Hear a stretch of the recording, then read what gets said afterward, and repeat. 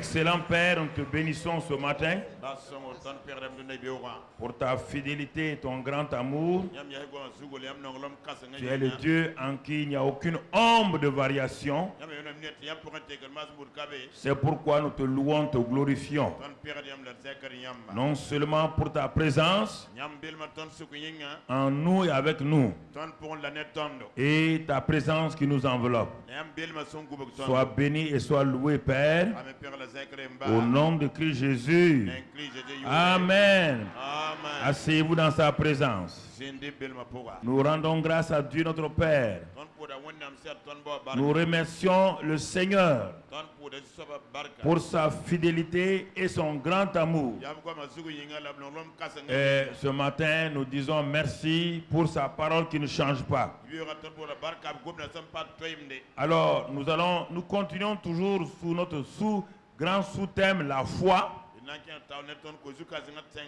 Parce que n'oubliez pas que Dieu nous a dit dans Hébreux 10, 38 d'abord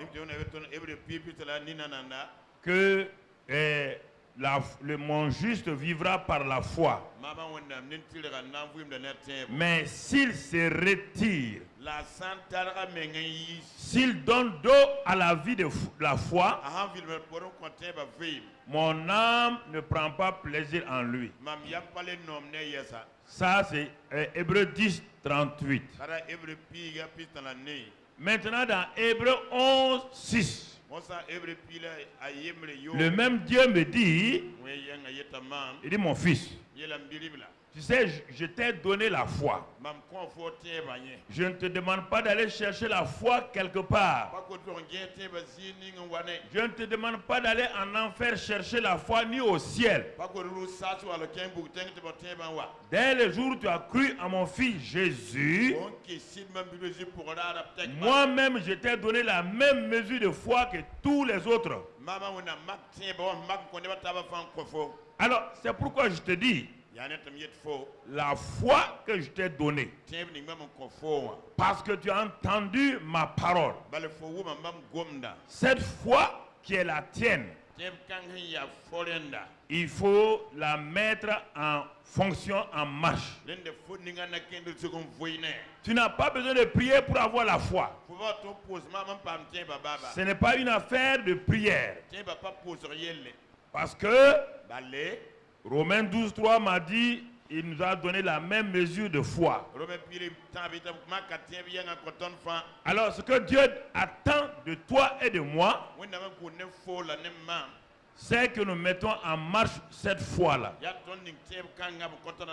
De même, quand tu es né dans ce monde-là, tu es né dans ce monde avec 2 bras et 2 pieds. Tu n'as pas prié pour avoir les 2 pieds ni les 2 bras. C'est un don de Dieu. Et Dieu te dit, mon enfant, c'est à toi d'utiliser tes pieds et tes mains. Dans les premiers mois, ta maman peut te porter dans ses bras. Quel que soit l'amour de ta maman,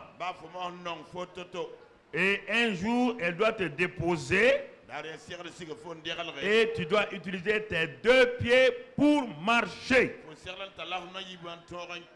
Tu ne peux pas faire autrement. C'est toi qui dois marcher.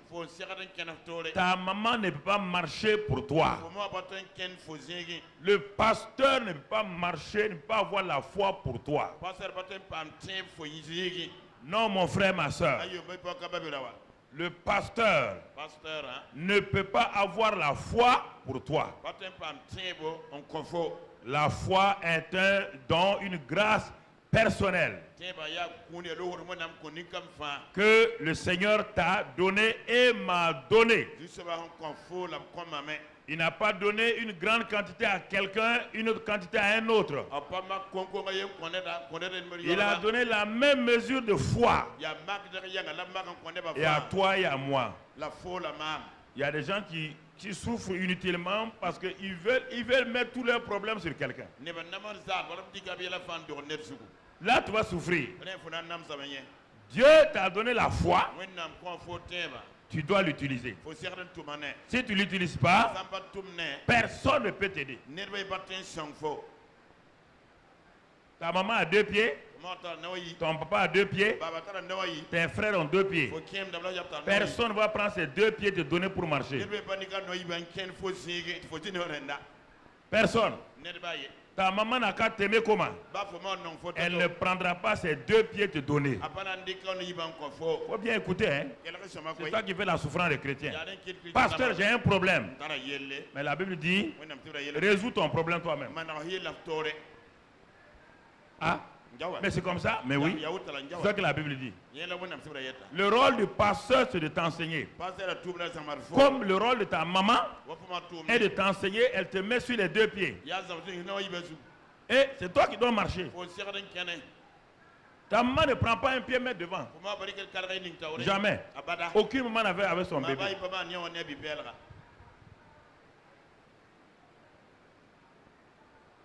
Alors, mon frère, ma soeur, ce matin, je vais te dire une chose. Dans le langage du bâtiment, la construction de maisons, il y a un mot qu'on utilise souvent, on parle de béton. Béton.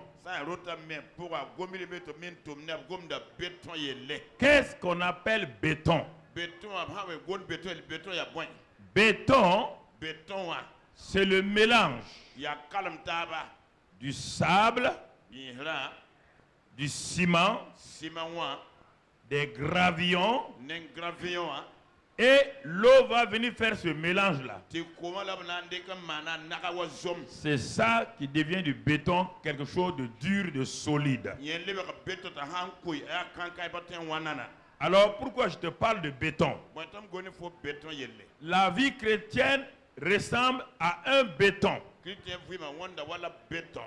Le béton, au commencement, quand on mélange, c'est fragile. C'est liquide. Mais attends, voilà le ciment.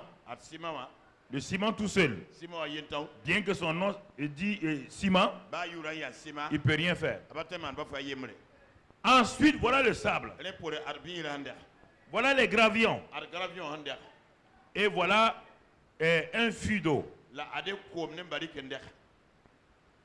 Chacune de ces choses-là, toute seule, ne peut pas bâtir une maison, ne peut pas être utile à la construction d'une maison. Mon frère, non. Ma soeur, non. Alors, qu'est-ce que tu es censé faire? Qu'est-ce que le maçon est censé faire? Le maçon sait que s'il veut avoir un bâtiment solide, il doit préparer, il doit mettre le sable. Il ajoute du ciment et il mélange. Et au fur et à mesure, il met des gravillons. Maintenant, avec ça, il met de l'eau. Il mélange, il mélange. Et dès qu'on prend ce mélange fragile là, et on le met dans la fondation d'une maison, au bout de 3 heures, 4 heures de temps, si tu viens pour essayer de bouger ça, toi-même tu as des problèmes. Tu as des problèmes. Alors, mon frère, ma soeur, ce sont 4 ingrédients indispensables pour faire un béton. Et c'est très important que tu comprennes. On peut prendre le ciment comme parole de Dieu. Le sable, comme je prends ça comme cela, l'onction de Dieu. On peut prendre le gravillon, mon frère, ma soeur, comme l'intégrité de Dieu. Et l'eau comme la foi. Si ces 4 éléments ne sont pas mélangés, si tu as la parole de Dieu, tu aimes la parole de Dieu, toute seule, Si tu ne la pratiques pas, elle n'apportera rien dans ta vie. Donc, tu dois avoir la parole de Dieu. À la parole de Dieu doit venir l'onction, le Saint-Esprit qui manifeste la parole. Et avec cela, il y a maintenant l'intégrité, ton obéissance, ta manière de considérer la parole et le Saint-Esprit.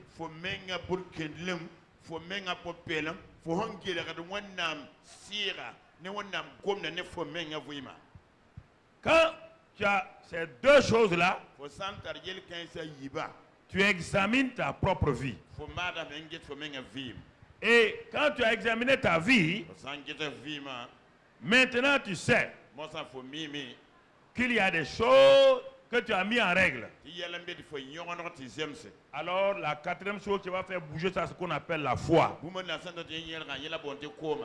Et la foi, c'est elle qui va prendre le ciment, le sable et les gravillons, il va les mélanger. Et alors, avec cette foi-là, tu vas obtenir ce qu'on appelle le béton.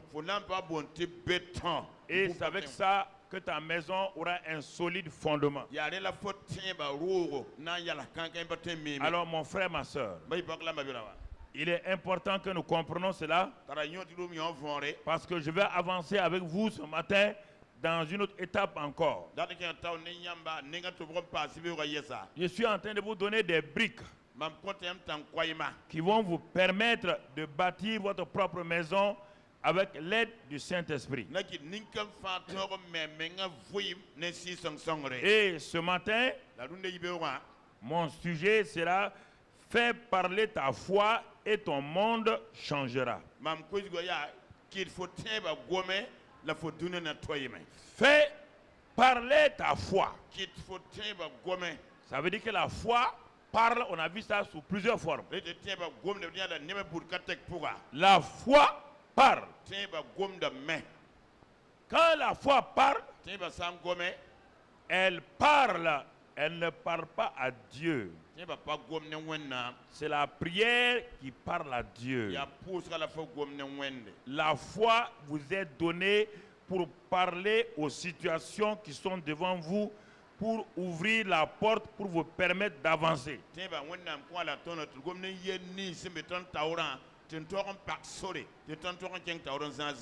Alors, ce matin, écoute-moi. On va aller pas à pas. Première chose, Jésus est l'auteur de la foi. Suivez-moi attentivement. Jésus, dans Hébreux 12, verset 2. Hébreux 12, verset 2. Nous pouvons, Hébreux 12, verset 2, la Bible dit ceci, que nous devons avoir les regards sur Jésus, le chef et le consommateur de la foi. Ah. Mais l'autre traduction plus précise dit, Jésus est l'auteur. Il est l'auteur de la foi. Et il est en même temps celui qui consomme la foi et qu'il t'a donné là. Retourne-lui la foi, il va consommer ça et tu vas voir le résultat.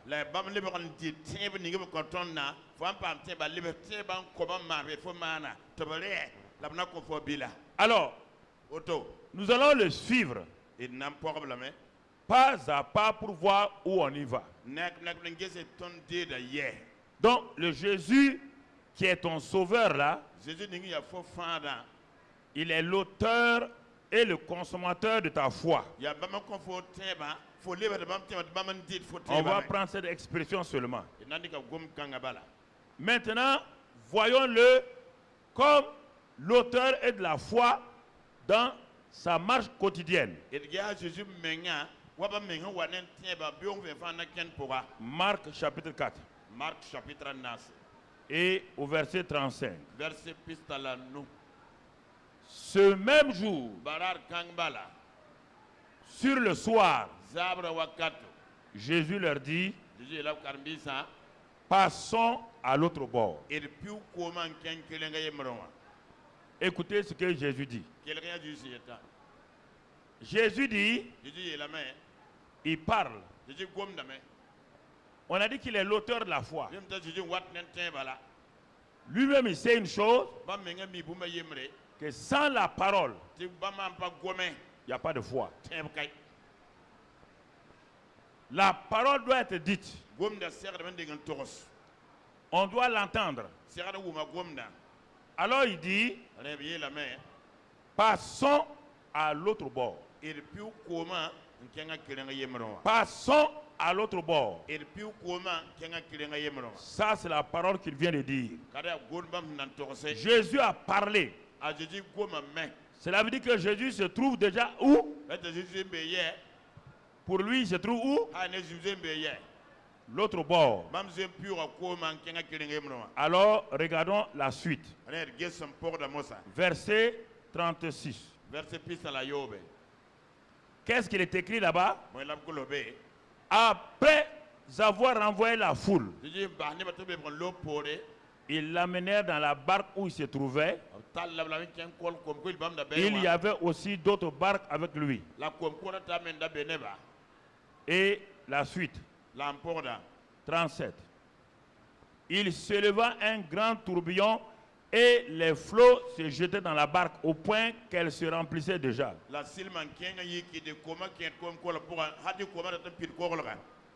Et regardons la suite. Et lui, il dormait à la poupe sur le coussin. Il le réveillait et lui dit, Maître, ne t'inquiètes-tu pas de ce que nous périssons? Et quand ils l'ont réveillé, mon frère, ma soeur, regardons ce qui va se passer. La Bible dit, verset 40. Puis il leur dit, pourquoi avez-vous ainsi peur? Comment n'avez-vous point de foi? Verset 41. La Bible dit, ils furent saisis d'une grande frayeur et se dirent les uns aux autres, quel est donc celui-ci à qui obéissent même le vent et la mer? Quel est celui-ci à qui obéissent le vent et la mer? Écoutons quelque chose de très important ici. Qu'est-ce que Jésus dit? Jésus nous dit une chose importante. Jésus nous montre une chose importante. Nous avons dit qu'il est l'auteur de la foi. Il est le consommateur de la foi. Il vient d'annoncer une parole de foi. Et ses disciples n'ont pas compris ce que Jésus voulait leur enseigner. Et maintenant que Jésus a parlé à la mer, il a parlé au vent, les disciples ont vu que le vent, la mer se sont calmés. Et qu'est-ce qui va se passer? Il se pose la question, quel est cet étrange homme à qui les vents et les mers obéissent? Pour eux, Jésus n'est pas un homme normal. Il est quelqu'un de spécial. Il est un homme étrange. Il n'est pas un homme de la foi mais un homme qui a une puissance étrange. Est-ce que nous comprenons? Jésus est un homme étrange. Alors, les disciples n'ont pas compris ce qu'est la foi. Ils n'ont pas compris que Jésus vient d'utiliser le principe, la loi de la foi. Pour eux, il a une force spéciale. Il a un pouvoir spécial qu'il a utilisé. Alors, ils n'ont pas compris la leçon. Allons dans Marc 11, verset 12 maintenant. Marc 11, 12. Et regardons le verset 12 spécialement. Le lendemain, après qu'il fût sorti de Béthanie, Jésus eut faim. Apercevant de loin un figuier qui avait des feuilles, il alla voir s'il y trouverait quelque chose. Et s'en étant approché, il ne trouva que des feuilles, car ce n'était pas la saison des figues. Et regardons quelque chose d'important ici.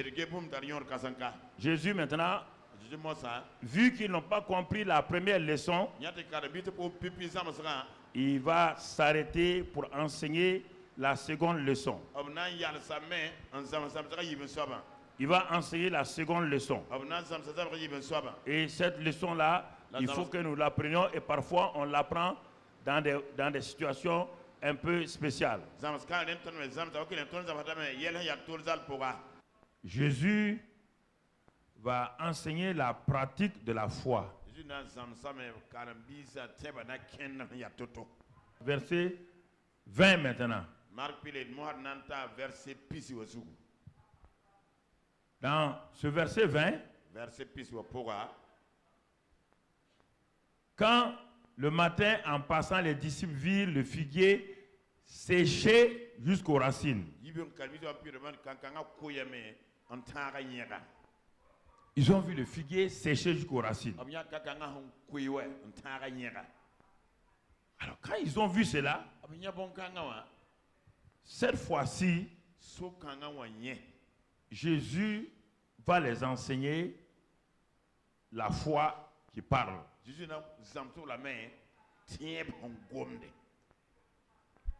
Vous voyez, la première fois, il n'a pas pu leur enseigner. La première fois, il a utilisé sa propre foi pour calmer la mer, le vent et la tempête. Mais les disciples n'ont rien compris. Ils ont dit, ça c'est l'œuvre d'un homme étrange. Il n'y a qu'un homme étrange qui peut faire cela. Cette fois-ci maintenant, Jésus va leur montrer que n'importe qui,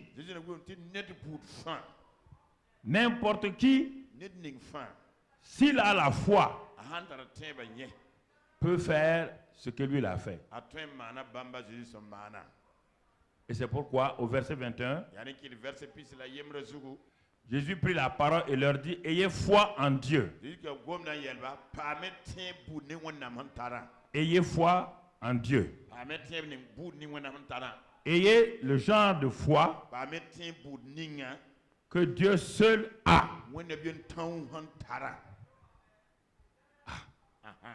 Ayez le genre de foi que Dieu seul possède. Ça veut dire quoi? Et là, il va commencer à leur expliquer. Verset 23. Je vous le dis en vérité. Si quelqu'un dit à cette montagne, ôte-toi de là et jette-toi dans la mer. S'il ne doute point en son cœur, mais croit que ce qu'il dit arrive, il le verra s'accomplir. Jésus nous enseigne quelques éléments très importants ici. Premièrement, il nous dit ceci. Quiconque, si quelqu'un dit, quiconque, donc il va démystifier la foi. Il dit, si quelqu'un dit, écoutez-moi, si n'importe qui parle, ce message-là, c'est un message de victoire, frère. Si quelqu'un dit à cette montagne, à sa montagne, si quelqu'un dit à cette montagne, et ôte-toi de là et jette-toi dans la mer, s'il ne doute point en son cœur, mais croit que ce qu'il dit arrive, il le verra s'accomplir. Alors, donc, je vais rester sur ça pour que nous puissions aller de l'avant. Regardons bien ce que Dieu nous dit ce matin. Si quelqu'un dit, dis avec moi, si quelqu'un dit, si n'importe quelle personne dit, y compris moi-même, quand je dis à ma montagne, ôte-toi de là et jette-toi dans la mer, et si je ne doute pas, mais je crois que ce que j'ai dit là, je verrai la chose s'accomplir. Alors, montagne, quoi que tu fasses, je te parle ce matin. Je t'ordonne ce matin de quitter mon chemin. Jésus, qu'est-ce qu'il veut m'enseigner? Qu'est-ce qu'il veut t'enseigner, toi et moi? Premièrement, lui-même, dans la barque, il s'est levé. Il a cru à sa propre parole. Passons à l'autre bord. Il a utilisé sa foi pour parler. Donc, lorsque les vents et la mer s'est mis en furie, il a utilisé sa bouche. Il a parlé au vent, au tourbillon, et tout s'est calmé. Mais Jésus n'a pas eu le temps d'enseigner ce jour-là à ses disciples. Vous voyez, l'auteur et le consommateur de la foi lui-même a eu ces différentes montagnes. Puisqu'il a dit, passons de l'autre côté, l'ennemi a voulu montrer que ça ne peut pas marcher. Il a fait sa propre démonstration. Et là, les disciples ont dit, pour faire une telle démonstration, ça ne peut être fait que par quelqu'un d'étrange, quelqu'un de bizarre. Donc, il n'était pas concerné. Moi, je crois que Dieu veut nous enseigner quelque chose dans la foi. C'est le message qui va nous faire faire des percées extraordinaires au nom de Jésus. Donc, ne nous inquiétons pas, ne regardons pas les choses externes. Alors, Jésus était là. Il a parlé. La montagne voulait l'empêcher d'avancer.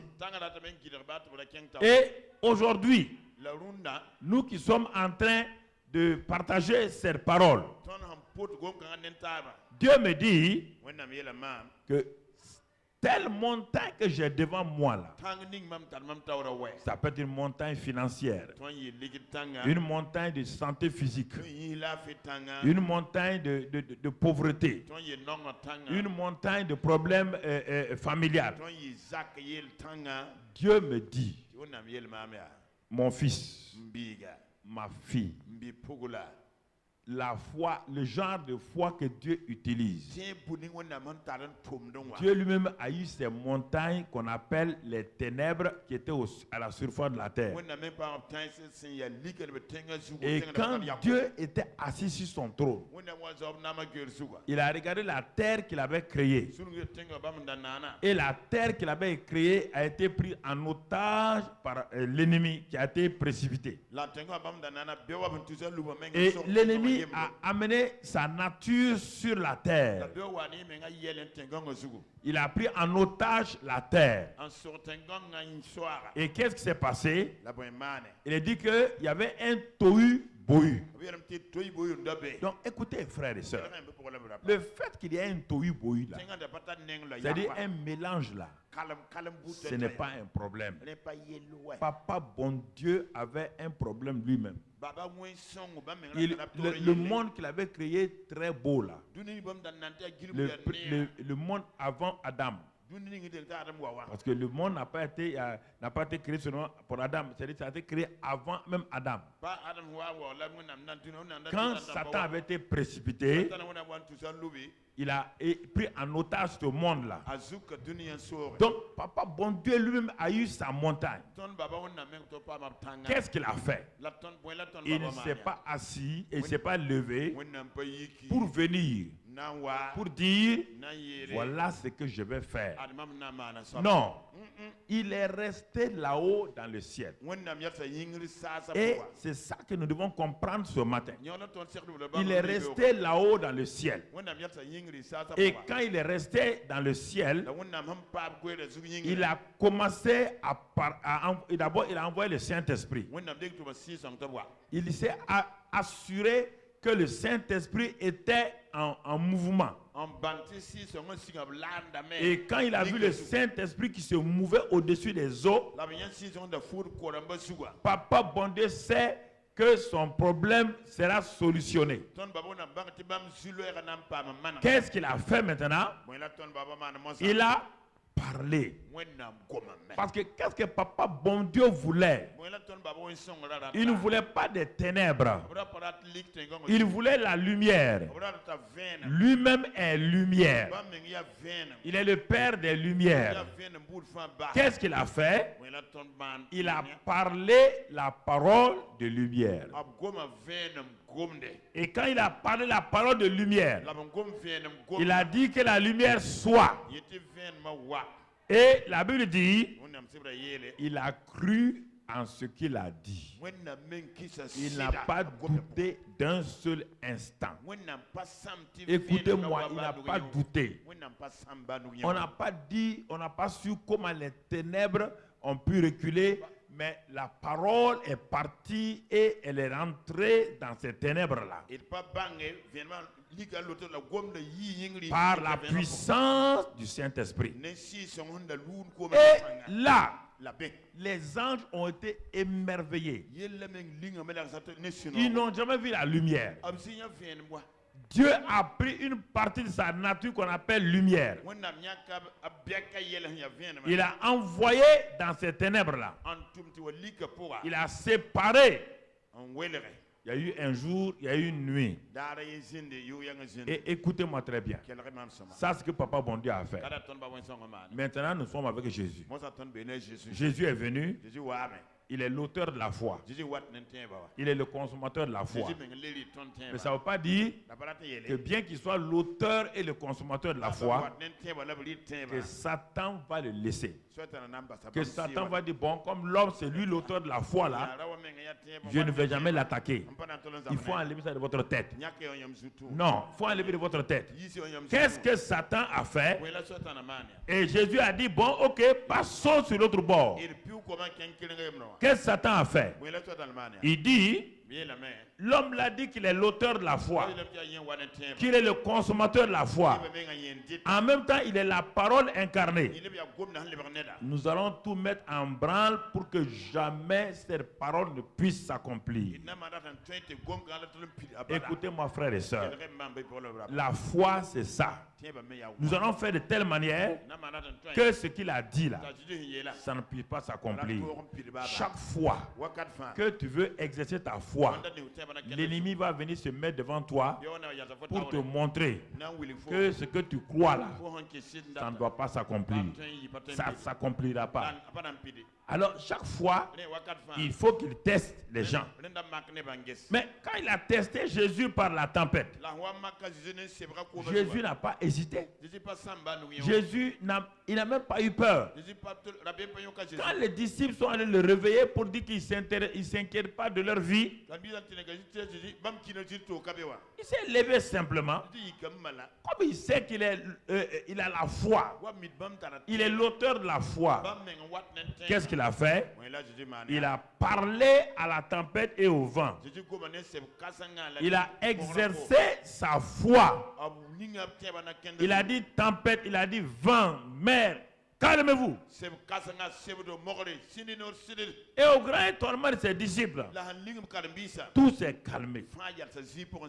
Ça, c'est la démonstration de la foi de Jésus. Écoutez-moi. Les gens l'ont regardé. Quelle est la magie, la formule magique qu'il a utilisée? Quelle est la formule magique qu'il a pu utiliser? Quel est cet homme-là? C'est un homme étrange.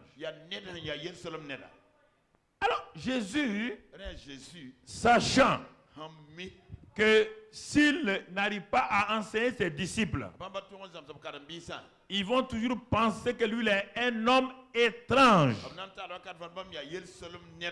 Qu'est-ce qu'il a fait? Il a saisi une occasion spéciale.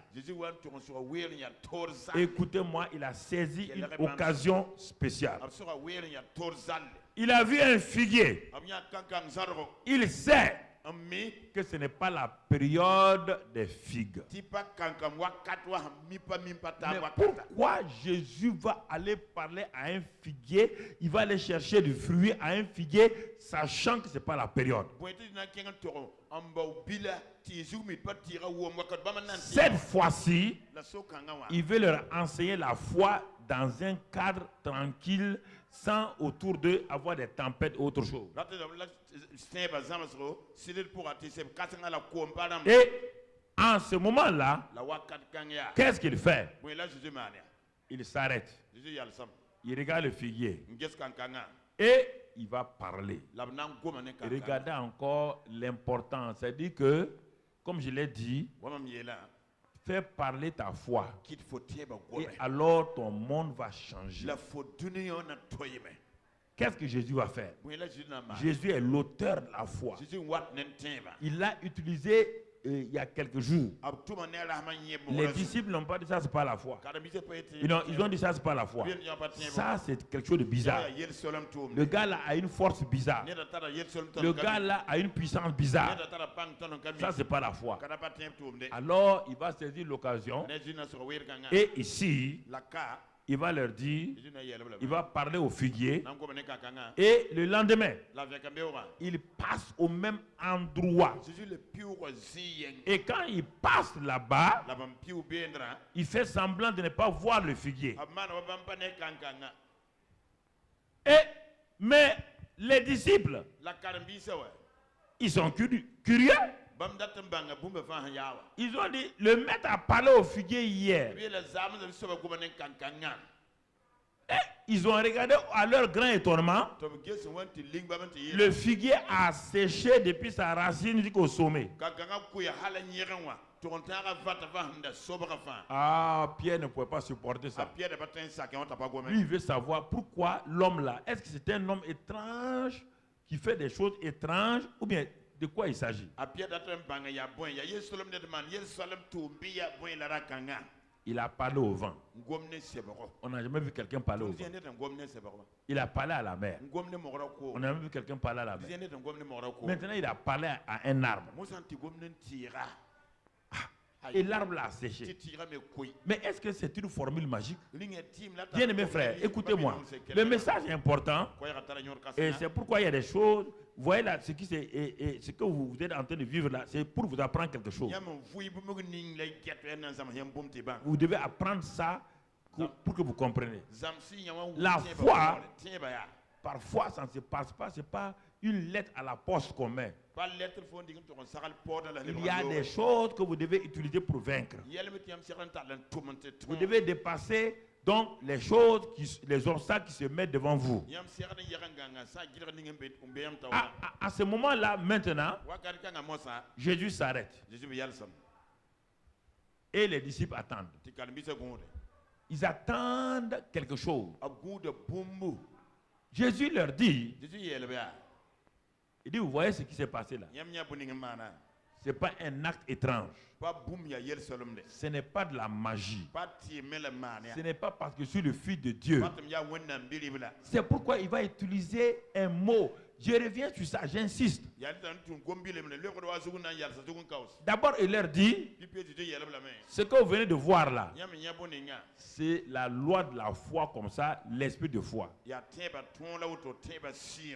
Quiconque a le genre de foi que Dieu a aura les mêmes résultats. Laissons d'abord le verset 23, restons au verset 22 là. Quiconque a le genre de foi que Dieu a, ce que vous avez vu faire là, ce n'est pas les actes d'un homme étrange. Ce n'est pas les actes d'un homme de quelqu'un qui vient du ciel et qui a une capacité bizarre. Alors il va profiter et il va enseigner. Et là, il n'a pas dit le nom de quelqu'un. Montre-nous le verset 23 maintenant. Verset 23 maintenant. Il dit, je vous le dis en vérité, si quelqu'un il est en train de démystifier la foi. Jusqu'à présent, les disciples pensent que c'est le pasteur Jésus. Pensent que c'est le prophète Jésus. Pensent que c'est l'apôtre Jésus. Pensent que c'est le Fils de Dieu Jésus. Jésus dit non. Il dit, mes enfants, ce que je vais vous enseigner là, c'est pour tous les hommes qui vont venir sur la terre. C'est pourquoi il n'a pas dit si un apôtre dit. Il n'a pas dit si un pasteur dit. Il n'a pas dit si un diacre dit. Écoutez, entourez ça si quelqu'un dit. Si quelqu'un dit avec moi, je suis ce quelqu'un. Ça me concerne. Si quelqu'un dit, donc moi, si quelqu'un dit, quelqu'un, il n'a pas dit si moi, le maître, je dis. Il n'a pas dit si Dieu dit. Il n'a pas dit si un ange dit.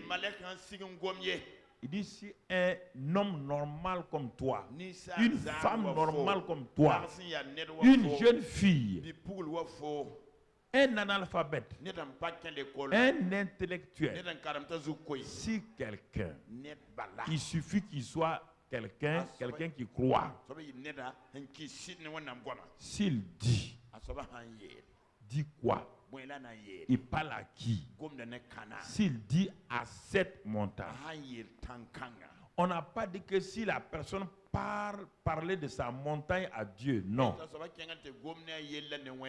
Non. On n'a pas dit d'aller parler à Dieu. Non. On dit s'il dit, si lui-même il s'adresse, chacun doit s'adresser à sa montagne. Parce que ta voix est unique.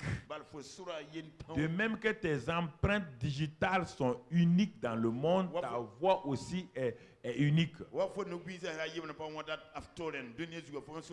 Ta voix aussi est unique. Elle est puissante. Alors si quelqu'un dit à cette montagne, vous savez, Satan ne veut pas que les gens parlent à leur montagne. Il veut que les gens parlent à Dieu, qu'ils parlent des gens, qu'ils critiquent les gens, mais qu'ils ne parlent jamais à leur montagne. Les gens se promènent parler de leur montagne aux autres. Est-ce que vous savez quelle est ma montagne aujourd'hui? Voici ma montagne comme ceci. Voici ma montagne comme cela. Non, Jésus n'a pas dit si quelqu'un se promène aller. On dit si quelqu'un ne vend pas sa maladie, on aura. Non, Jésus n'a pas dit ça. Ça, c'est le langage traditionnel. Si quelqu'un dit, il parle à sa montagne, elle est précise. S'il dit à cette montagne, ôte-toi de là et jette-toi dans la mer. Il parle, il ordonne, il manifeste l'autorité. Maintenant, la chose importante, cette personne qui a parlé à cette montagne, écoute-moi mon frère, ma soeur, il vient de parler à cette situation, il vient de parler à ce problème. La Bible dit, si cette personne ne doute point en son cœur. Donc il y a la bouche, il y a le cœur. La bouche parle et le cœur s'aligne avec la bouche. Le cœur et la bouche sont alignés. Je parle, je crois ce que j'ai dit. Il dit, s'il ne doute point en son cœur, mais croit que ce qu'il dit arrive. Ah oui. Croit que ce qu'il dit arrive. Il le verra s'accomplir. Il le verra s'accomplir. Écoutons mon frère, ma soeur. Il le verra. Il ne peut pas ne pas le voir. Mais pour voir l'accomplissement, on ne parle pas de prière ici. On va parler de la prière tout à l'heure. Le verset 24 va nous montrer la prière. On ne parle pas de prière ici. On parle ici d'exercer ton autorité par la parole de foi. On ne parle pas de prière. Parce que dans certaines situations difficiles, tu n'as pas le temps de prier, tu ne peux même pas prier. Et tu vas prier, Dieu, pourquoi? Et Dieu va te dire que lui, il a fini, il a déjà fait ça. Il a déjà fini. Mais il te dit ici, toi-même, parle à ta montagne. Parle. Parle à ta montagne. Tu refuses. Tu parles de ta montagne. Dieu dit non, non, non. Parle à ta montagne. Et ne doute pas dans ton cœur. Crois que ce que tu dis là. Crois que ce que tu dis là. Crois ça. Ce que j'ai dit là. Je crois ça. Ce que j'ai proclamé là. Je crois ça. Ce que j'ai déclaré là. Je crois ça. Dieu te dit, tu le verras s'accomplir. Tu le verras s'accomplir. Maintenant, regarde le verset 24. Pour ceux qui n'arrivent pas à manifester ça, qui n'arrivent pas à manifester la foi sous cette forme-là, Dieu leur montre autre chose par rapport maintenant à la prière. Le verset 24 me dit, c'est pourquoi je vous dis, tout ce que vous demanderez en priant, là c'est la prière. Là, je n'ai pas de montagne. Je m'avais demandé quelque chose au Père. Ça, ce n'est pas une montagne qui m'empêche. La montagne là, c'est des situations qui se présentent à moi qui sont difficiles. Et alors que Dieu a fini, c'est moi qui dois parler.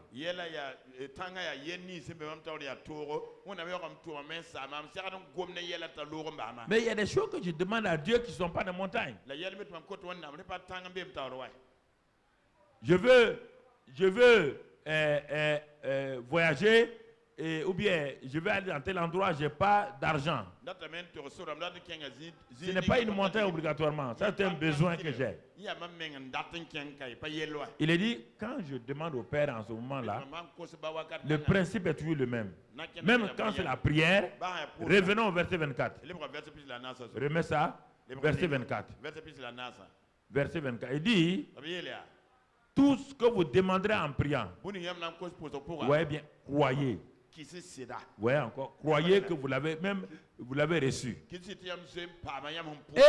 vous le verrez s'accomplir. Toujours. Que vous exercez la foi directement.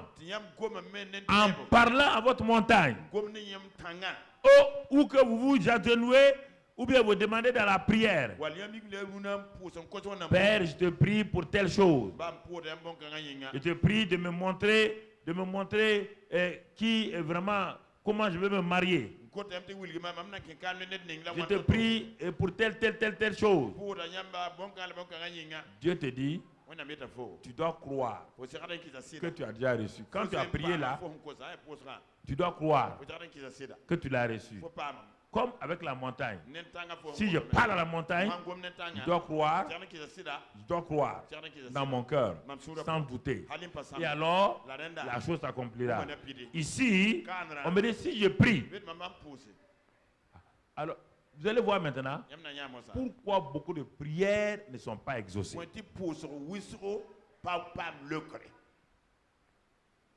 comprenez?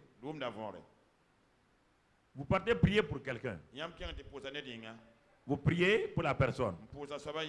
Sur la base de la parole. Là, vous ouvrez la parole. Vous enseignez la personne. Sur la guérison. Sur la guérison. Et j'ai dit l'autre jour au pasteur, Kenneth Hagin nous racontait une histoire il y a plusieurs années.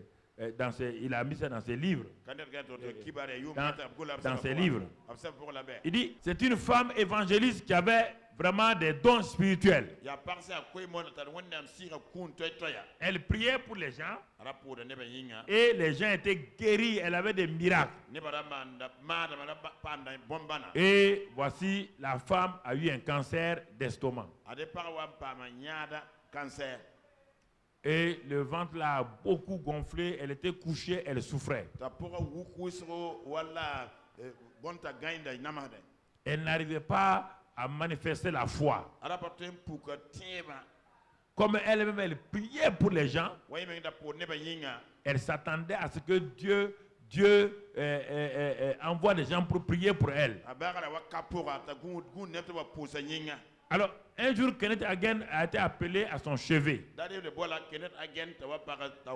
Il est arrivé, il a ouvert la Bible.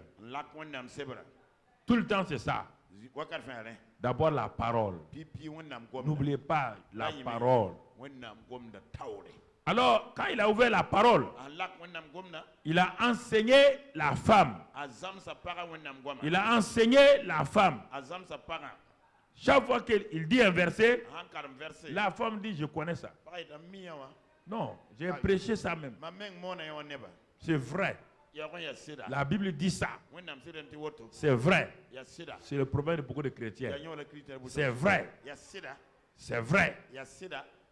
Mais rien n'est changé. Kenneth Hagin revient encore quelques jours. Quand il ouvre la Bible encore, Il donne les versets là. La femme qui est malade, l'évangéliste l'a dit non, moi-même j'ai prêché ça, ce verset là, j'ai vu des guérisons. Kenneth Agendio, tu as vu des guérisons. C'est parce que ceux à qui tu as prêché là, ils ont fait quoi? Ils ont fait quoi? Quand ils ont crié, ils ont fait quoi? Ils ont agi. Toi, tu es évangéliste. Toi, tu es couché. Toi, tu as prêché à des gens. Ils ont cru. Ils ont agi. Toi, tu me dis que ça, la parole est la vérité. Toi, tu n'agis pas. Il y a quelqu'un qui ne va pas. C'est en ce moment que la femme là, elle a dit c'est vrai. Mais j'ai dit que la parole est vraie. Non, je crois que la parole est vraie. Je n'agis pas. Et Kenneth est parti. Il dit, madame, tu es évangéliste. Moi aussi, je suis homme de Dieu. Et nous savons tous que c'est par ces meurtrissures que nous sommes guéris. Il faut parler ça. Il faut confesser ça. Et il faut parler au cancer là. Parle au cancer. Et tu verras. Quand il est parti, donc la femme là a commencé à regarder son ventre bien gros. Elle a pointé son doigt sur son ventre. Elle a pris autorité sur le cancer. Elle a dit à ce cancer qui est une montagne de partir. Et elle a commencé à croire qu'elle est déjà guérie. Que ce qu'elle dit là arrive. Au bout de quelques jours, qu'est-ce qu'on constate? Elle était au cancer stade final. Et le ventre a commencé à descendre. Et un jour, Kenneth Hagin prêchait quelque part un an après. Il a mis ses livres, il les vendait. Il a vu deux dames âgées qui sont venues vers lui. Et une des dames là a approché pour la prendre dans ses bras. Et il a sauté en arrière. Il dit, mais madame, la dame l'a ri. Il dit, vous vous rappelez pas? Kenneth Hagin dit non. C'est moi la femme au gros ventre là, cancer. Kenneth Hagin dit, ah bon? Comment ça s'est passé? Il dit, quand tu me parlais là, beaucoup de gens vous adhérez à la vérité. Quand on me dit que ça, vous dites que c'est vrai.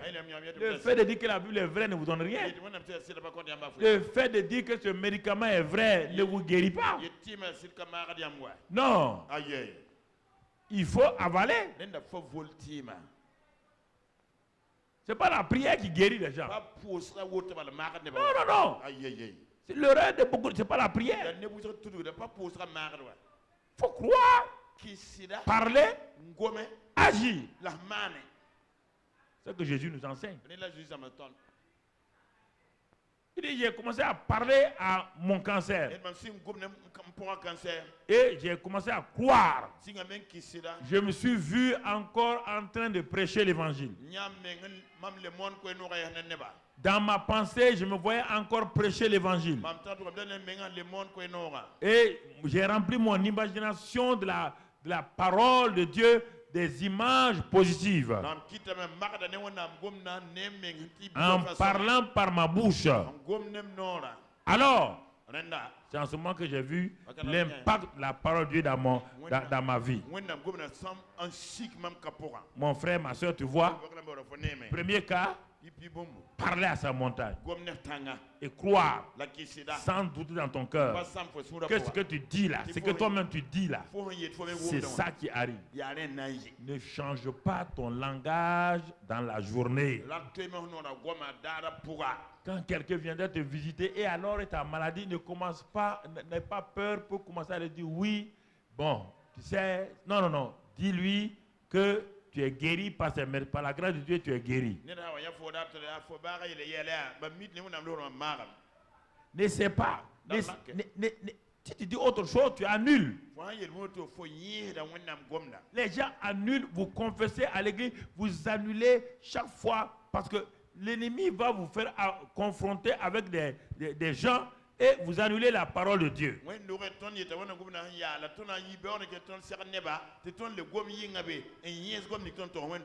Donc, tu vois mon frère, ma soeur, il a annulé.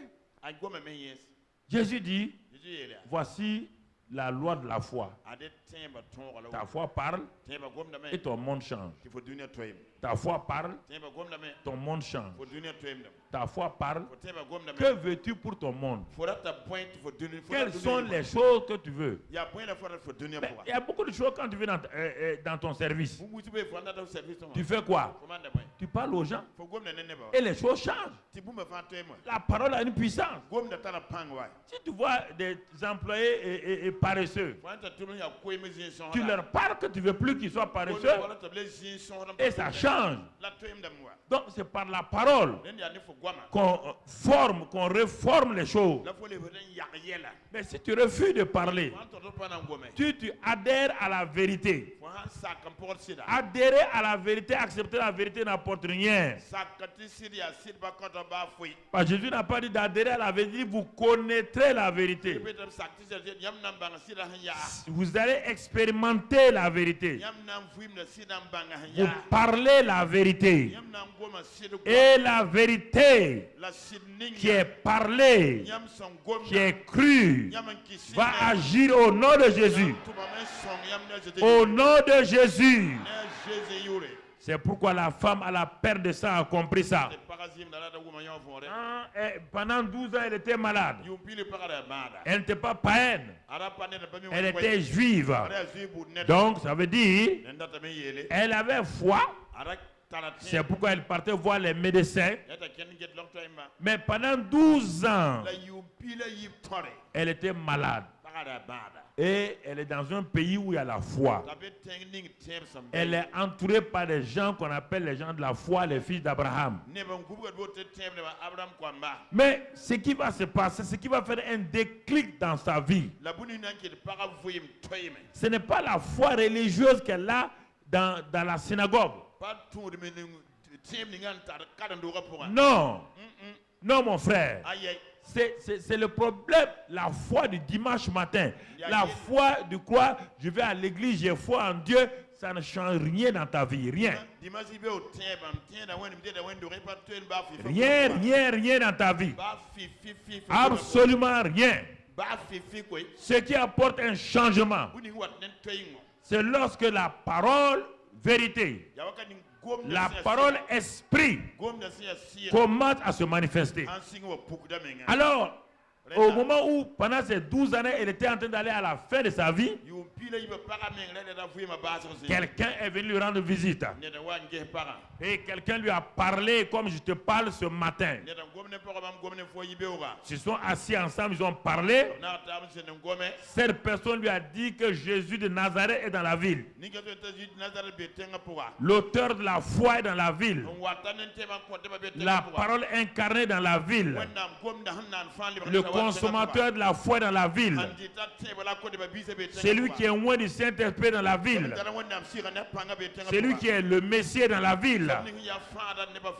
Alors, quand la femme a entendu ces paroles, quand elle a entendu ces paroles, la foi a commencé à rentrer en elle.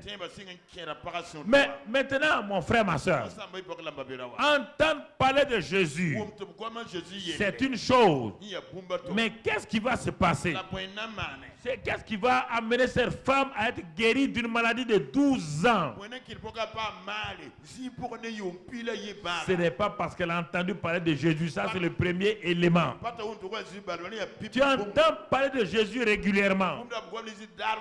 Tu as la parole de Jésus dans tes mains. Mais pourquoi ta vie ne change pas? Pourquoi ton monde ne change pas? Pourquoi tu n'impactes pas ton monde? Pourquoi tu ne transformes pas tes situations? Parce que tu entends la vérité, tu ne dis rien, tu n'agis pas. Donc ça ne marchera pas. Parler avec moi, vous savez, Moi, je suis comme ça. Non, non, mais j'ai souffert. Ça ne changera pas.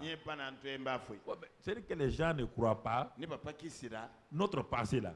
Quand Jésus dit que les choses anciennes sont passées, écoute-moi mon frère.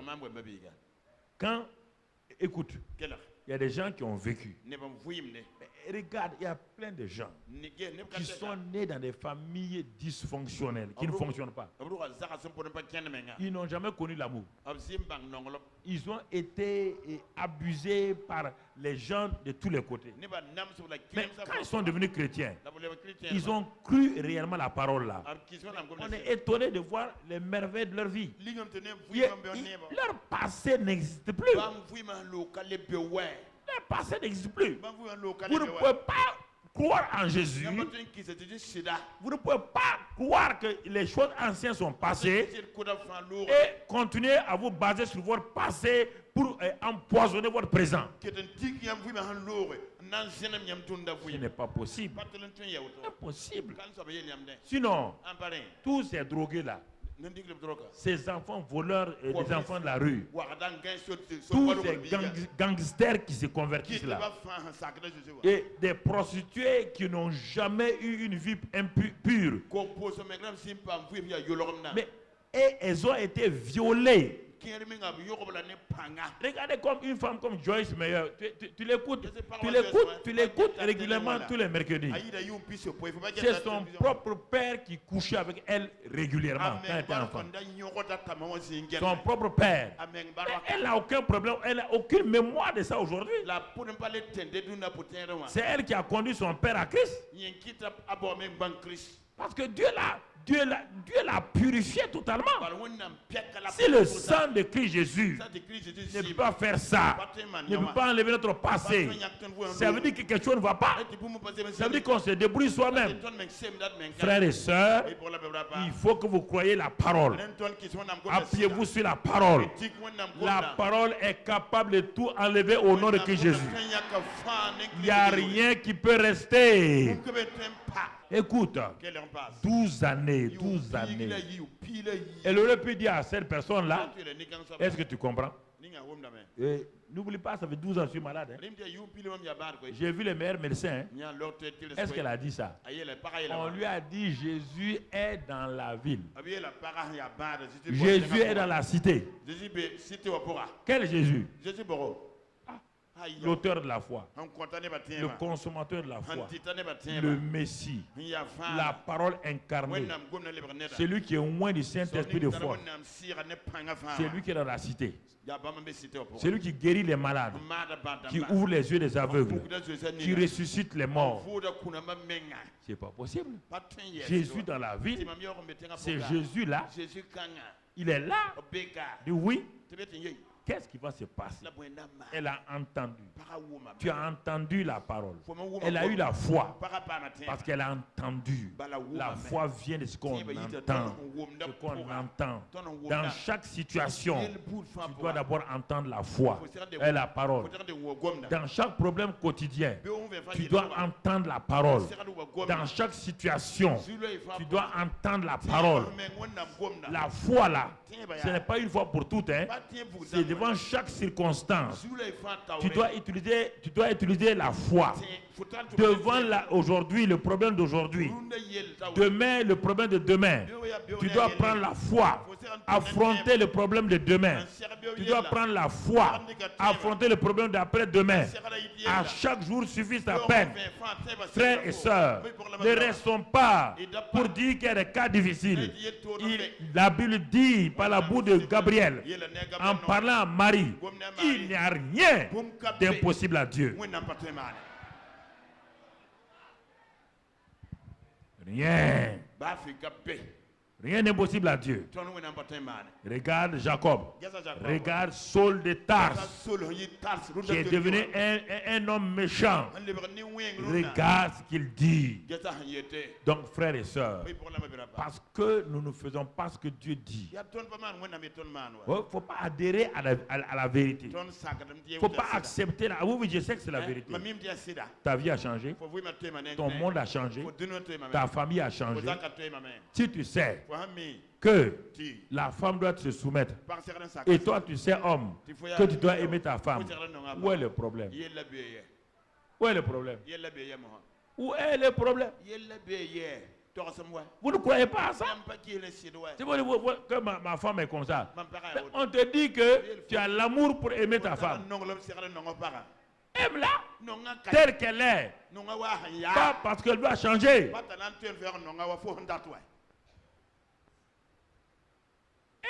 Aime-la. Tu as l'amour, Dieu t'a donné l'amour. Dieu t'a donné le même amour à toi, femme, pour pouvoir te soumettre. Tu comprends? Le même amour est dans la femme. C'est cet amour qui permet à la femme de se soumettre à cet homme-là, de continuer à l'accompagner. Parce que cet homme-là a décidé de poser des actes d'amour envers sa femme. Alors, concurrence d'amour. Comment vous ne serez pas heureux? Je demande aux gens, si l'homme fait la concurrence à sa femme dans l'amour, si la femme fait la concurrence à son mari dans l'amour, quel est ce foyer qui ne sera pas heureux? Mais si vous voulez que votre femme change, là vous allez souffrir. Parce qu'elle est née femme, elle mourra femme. Elle ne changera pas. Aime-la et tu ne verras plus le défaut en elle. Et c'est fini, mon frère. La femme était assise dans le lit de la mort. Tu entends? Assise dans le lit de la mort.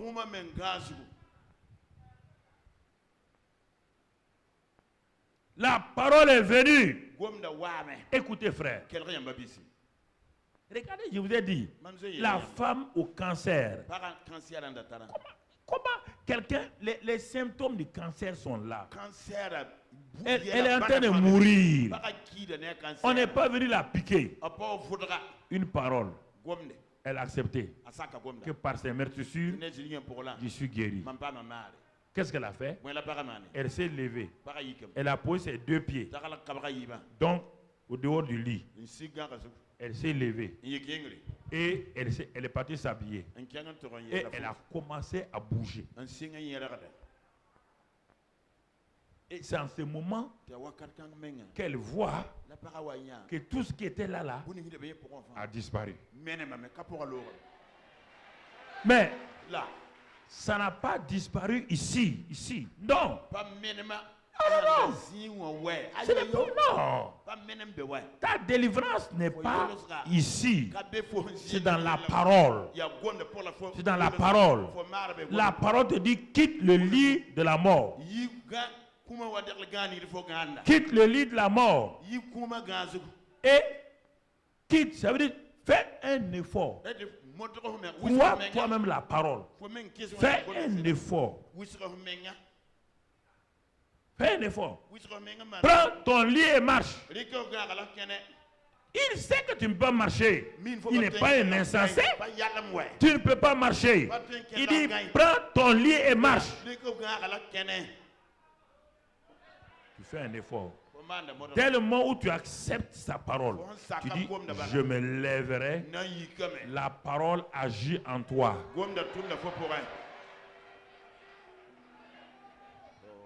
12 années.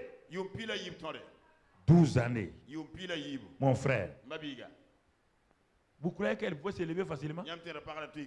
Un malade, déjà malade, un an, il peut se lever facilement? Elle est en train de perdre quoi? Du sang. La vie est où? Et le sang est parti. Donc la vie est partie. Vous croyez qu'elle s'est levée et puis elle a 1, 2, 3, elle a fait ça? Elle s'est levée. Les vertiges ont dit tu n'iras pas loin. Elle a attrapé son mur. Il dit ça ne fait rien. Moi j'irai. Les vertiges ont dit tu n'iras pas. Il dit j'irai. Les gens m'ont dit, tu ne peux pas aller loin. Tu es faible, regarde. Ça fait 12 ans que tu ne marches pas. Elle dit, j'irai. Je vais marcher. Et quand elle a commencé à marcher, les voisins ont dû dire, eh, où vas-tu? Je m'en vais à la réunion là. Tu ne vas pas arriver. Je vais arriver. Et je vais revenir. Alléluia. Alléluia. Je vais arriver. Et je vais revenir. C'est la parole. La parole. La parole. La parole. Et elle est partie. Mais avant de partir, elle a dit, si quelqu'un dit à sa montagne et que, oh toi, et si ce qu'il dit, il ne doute pas, la femme a fait quoi? Quand elle était assise là, quand les symptômes étaient là, quand elle était assise chez elle, avec tous les symptômes, elle a commencé à dire, ah, Jésus est là. Il n'y a personne pour m'aider. L'auteur de la foi est là. Le consommateur de la foi est là. Elle dit, comme personne ne va oser me toucher à cause du sang que j'ai sur moi, parce que les gens disent que si une femme a du sang, et si elle te touche, tu es impur une semaine. Comme personne ne va m'aider, elle s'est assise. Elle a décidé comment la guérison va se manifester. Elle a décidé. Elle a dit à son corps, on va aller. Elle a dit, tout son système sanguin, tout le sang, je vais aller. Écoute-moi, hein. J'ai décidé aujourd'hui, maladie de sang, cancer de sang, tu quittes ma vie. Tu quittes ma vie. Première chose. Et quand elle a dit ça, elle va agir maintenant. Vous voyez la foi. La foi parle. Elle a dit, quand j'irai, quand je vais toucher le bord du vêtement de Jésus, je serai guéri. Ça, c'est la parole. C'est la parole. Elle a déjà décidé sa guérison. Oui ou non? Maintenant, il faut faire quoi? Aller prendre sa guérison. Pour elle, elle est déjà quoi? Mais maintenant, il faut aller faire quoi? Il faut aller prendre ça. Elle s'est levée. Vous croyez que Satan l'a laissé? Vous croyez qu'elle a commencé à marcher? Elle a eu des vertiges. Elle s'est accrochée. Elle était faible. Son cœur battait. Des palpitations. Elle a continué. Parce que je m'en vais prendre ma guérison. Rien ne va m'empêcher de prendre ma guérison. Quand elle est arrivée, elle a posé l'acte de foi. Elle a parlé chez elle de sa guérison. Elle a pris l'acte maintenant en touchant. Dès qu'elle a touché, elle a déclenché la puissance de guérison de Jésus. Elle a déclenché la puissance de guérison de Jésus. Toute la puissance. Et Jésus dit, qui m'a touché? Les disciples ont dit, mais tout le monde te touche. Non, non, non. Non. Personne, il y a une puissance en moi. Une puissance en moi. Une puissance de guérison. Il n'y a que la foi qui peut faire ça. Il n'y a que la foi qui peut faire ça.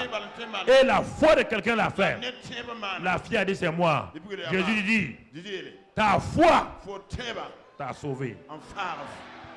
Ta foi. Quelle foi? La foi, elle a entendu. Quelle foi? La foi qui a parlé. Quelle foi? La foi qui a agi. Entendre, recevoir, parler, agir, vous donne ce que vous voulez avoir. Votre monde est changé. Changez votre monde par votre parole. Changez votre monde par votre parole. Changez vos circonstances. Changez vos paroles. Changez vos circonstances. Changez vos situations. Changez votre entreprise. Changez tout cela, frères et sœurs. Et vous allez voir la gloire de Dieu se manifester. Vous allez voir, Dieu attend que vous agissez. Alors tu vas t'arrêter. 2 minutes. Tu vas t'arrêter. Toute montagne dans ta vie, toute situation, maintenant, que ça soit d'être haut, projet, créance, que cela soit la maladie, que cela soit le célibat, que cela soit le manque, la stérilité. Ne plaide pas avec eux. Il faut leur parler. Faut leur parler. Parle-leur ce matin-là. Tu vas élever ta voix. Tu vas parler à une situation précise dans ta vie. Ne parle pas à Dieu, ne demande pas à Dieu. Parle toi-même à la situation. Arrache la situation entre les mains de l'ennemi. Parle-lui. Dans le nom de Jésus. Prie en langue, une minute. Prie en langue. Prie en langue. Prie en langue. Prie en langue. Prie en langue. Prie en langue. Prie en langue. Prie en langue. Prie en langue. Prie en langue. Prie en langue. Prie en langue. Prie en langue. Prie en langue. Prie en langue, mon frère. Prie en langue, ma soeur. Prie en langue. Prie en langue. Prie en langue. Et maintenant, arrête-toi et décrète. Décrète la chose que tu veux voir s'accomplir dans ta vie. Décrète. Si c'est une situation, parle. Quand un décret sort, le décret est exécuté. Et la situation change. Alors par ta bouche, décrète maintenant par rapport à cette situation-là. Et cette situation doit changer ce matin-là. Décrète toi-même, décrète. Ce n'est pas quelqu'un qui va décréter pour toi. Décrète sur la situation là. Quelle est la situation tu veux que ça change?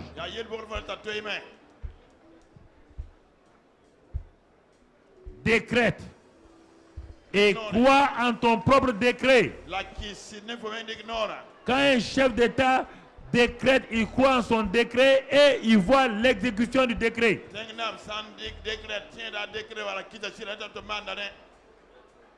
Il voit ça. Il voit ça. Il voit ça. Décrète la chose. Décrète la paix pour ton pays. Décrète la réconciliation pour tes frères et sœurs. Décrète, décrète, décrète, décrète. Parle. Ne demande pas à Dieu quelque chose. Toi-même tu parles, tu parles, tu parles. Change ton monde. Change ton environnement.